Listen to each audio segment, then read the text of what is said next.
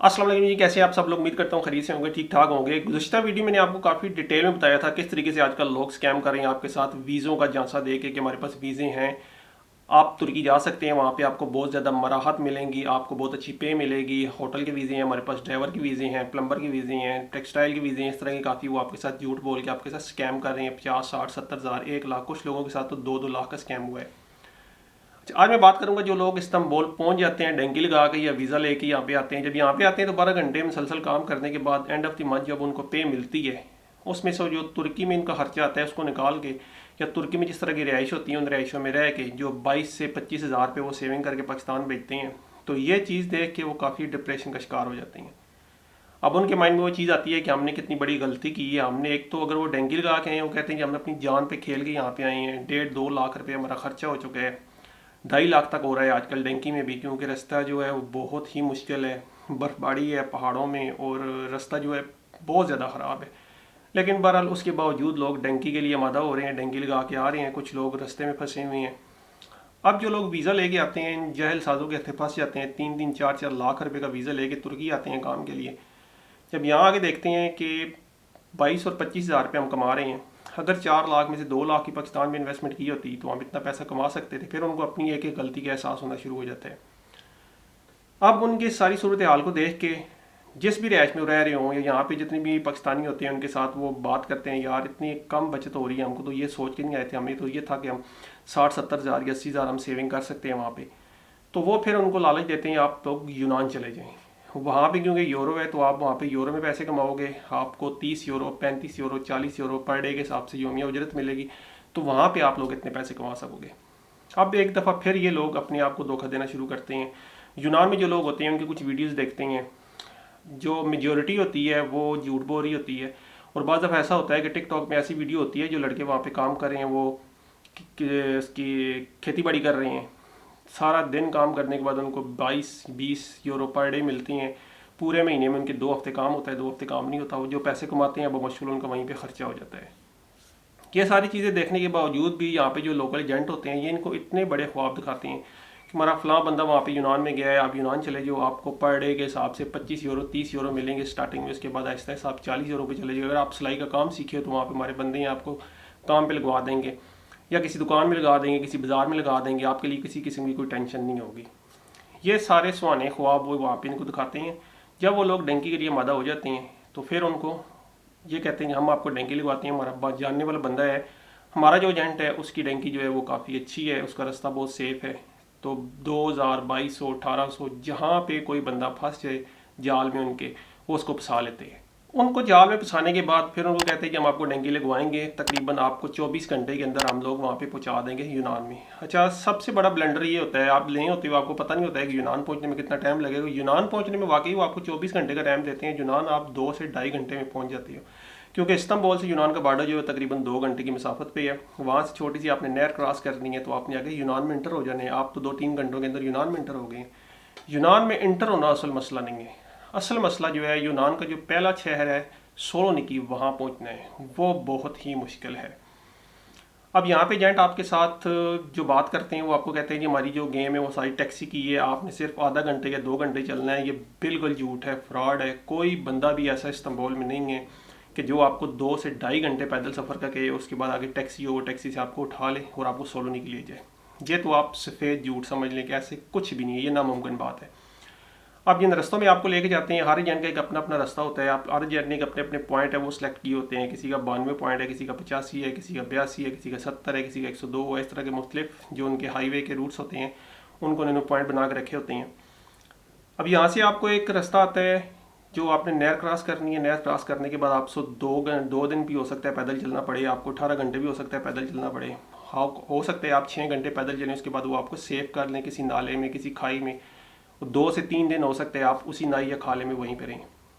जो खाने पीने का सामान आप अपने साथ बैग में लेके जाएंगे उसी भी आप लोगों ने गुजारा करना है। अब टैक्सी आपकी 2 दिन बाद आती है, 1 दिन बाद आती है, उसी दिन आ जाती है, ये आपकी लक है। अक्सर ऐसा होता है जब आप नहर क्रॉस करते हैं, नहर से पहले आपको तकरीबन आपके शूज़ भी आपको नहीं देते, तो आपको इसी तरह नंगे पाँव वो तुर्की वाली साइड में भेज देते हैं।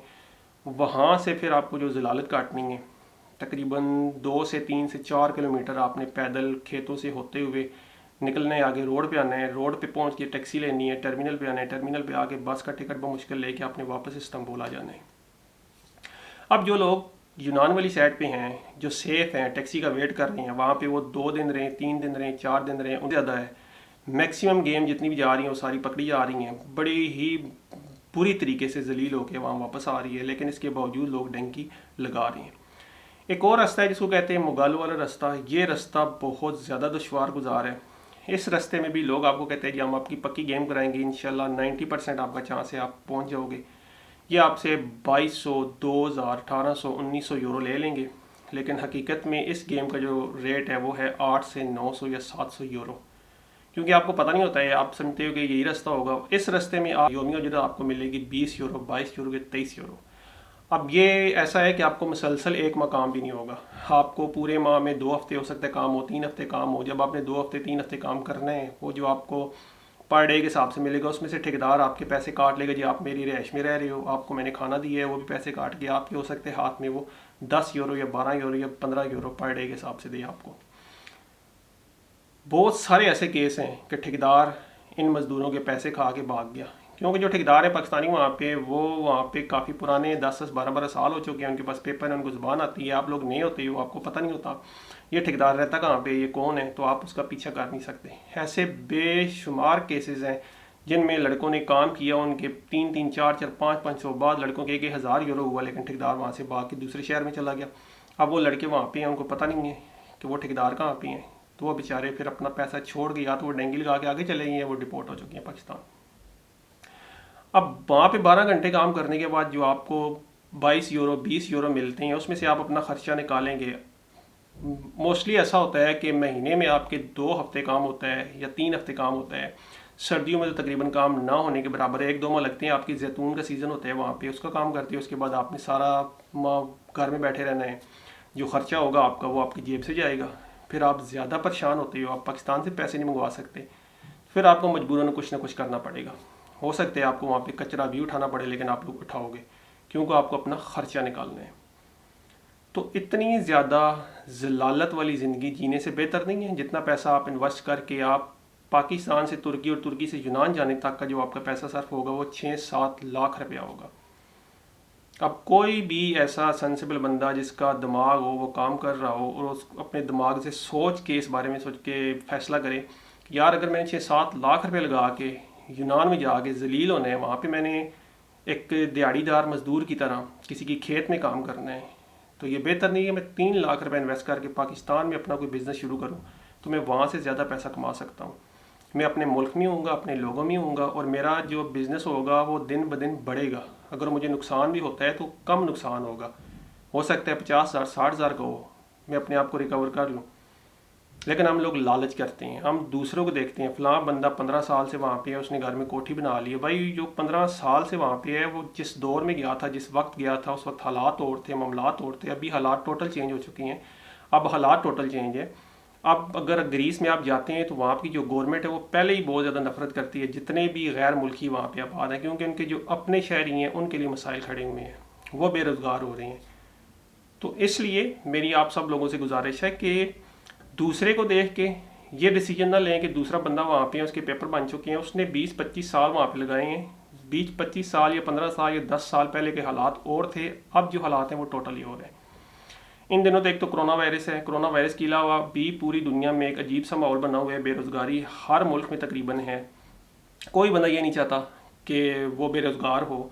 तो जैसा कि मैंने आपको पहले बताया था कि ये तुर्की वाला केस था, तुर्की वाले केस में आप लोगों के साथ स्कैम हुआ था, लोगों ने आपको बेवकूफ़ बना के आपको लूटा। मेरे अपने जानने वाले एक दो थे जिन्होंने कहा था जी कि हम लोगों ने अपने डॉक्यूमेंट जमा करवाए हैं तुर्की के लिए, ड्राइवर के वीज़े है।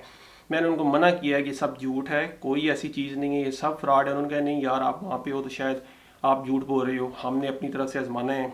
इस बंदे ने हमको गारंटी दी है कि हम आपको वीज़ा देंगे, हम आपको जितने भी डॉक्यूमेंट्स हैं हम खुद बनाएंगे, हम आपसे पैसे कम लेंगे। तो अब 60-70 हज़ार रुपये स्कैम होने के बाद अब वो मुझसे पूछ रहे हैं यार ये बंदे कौन हैं, इनको ट्रेस करो, ये कहाँ पे हैं, ये लाहौर में बंदे थे, इन्होंने हमसे यहाँ पे फलां जगह पे इसने हमसे डॉक्यूमेंट्स लिए थे, इसने क्या हमारे ऑफिस में मत आओ, अगर आप हमारे ऑफिस आओगे तो वो आपसे 4 लाख लेंगे, हम आपका सारा काम 2.5 लाख में करवा देंगे। तो अगर आप लोगों को बाहर जाना है, किसी भी मुल्क जाना है, तो आप थोड़ा सा तरद्दत करें। आप खुद रिसर्च करें। इंटरनेट आपके हाथ में मोबाइल है, इंटरनेट है, आप रिसर्च करें, आप देखें कौन सी कंट्री है, उसके वीज़ा किस तरीके से लिए जा सकते हैं, कौन कौन से डॉक्यूमेंट्स चाहिए। आप वो पूरी फ़ाइल खुद तैयार करो। अब तुर्की के लिए जो फ़ाइल तैयार होती है उसमें टोटल 4 से 5 हज़ार रुपया लगता है पाकिस्तानी। और ये जो आपके एजेंट माफिया पाकिस्तान में बैठे हैं ये आपसे 50 हज़ार सिर्फ फ़ाइल का ले लेते हैं। और फिर आपके साथ स्कैम होता है, बाद में आप कहते हो यार फ़लाँ बंदा ऐसा है फ़लाँ। आप खुद तहकीक नहीं करते। आप खुद थोड़ी तहकीक करो, आप थोड़ी सी रिसर्च करो, डॉक्यूमेंट्स कौन कौन से चाहिए, आप अपने डॉक्यूमेंट्स खुद बनवाओ। डॉक्यूमेंट्स खुद बनवाने के बाद फाइल जमा करो। क्या होगा, ज़्यादा से ज़्यादा आपका केस रिजेक्ट हो जाएगा। रिजेक्ट होने के बाद आपको एक्सपीरियंस होगा, आप दोबारा अप्लाई कर दो, आपका 3, 4 या 5 हज़ार रुपया खर्च होगा। इस तरीके से आप 60-70 हज़ार रुपये का स्कैम करवा लेते हो।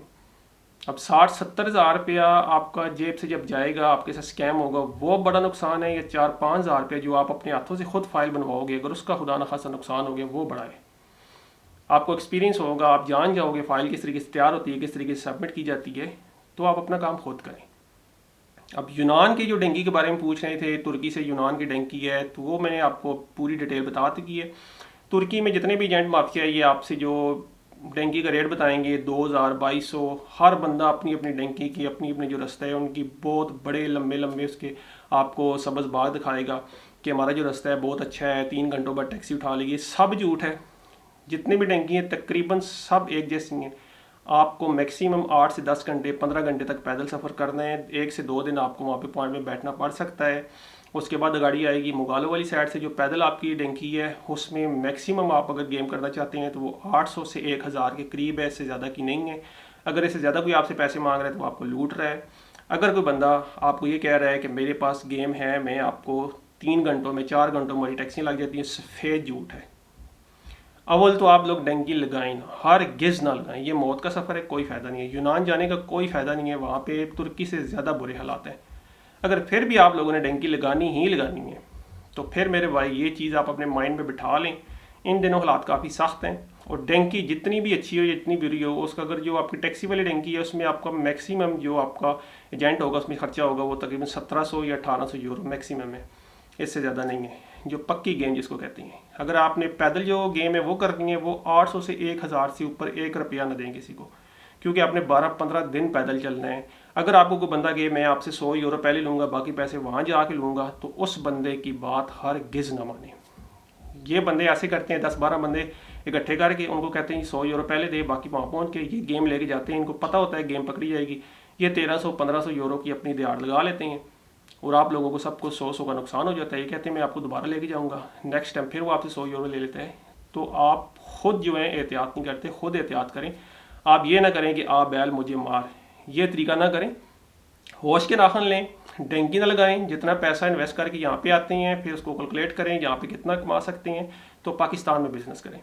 उम्मीद करता हूँ इस वीडियो से आपको काफ़ी ज़्यादा मालूमात मिली होगी। उम्मीद ये भी करता हूँ कि आप लोग डेंगी नहीं लगाएंगे, वीज़ा लेके किसी मुल्क में जाएंगे। खुश रहें, खुशियाँ बांटें, अपने आसपास के लोगों को बहुत ज़्यादा ख्याल रखिएगा, दुआ में याद रखिएगा। मिलती है अगली वीडियो में, तब तक के लिए अल्लाह हाफिज़।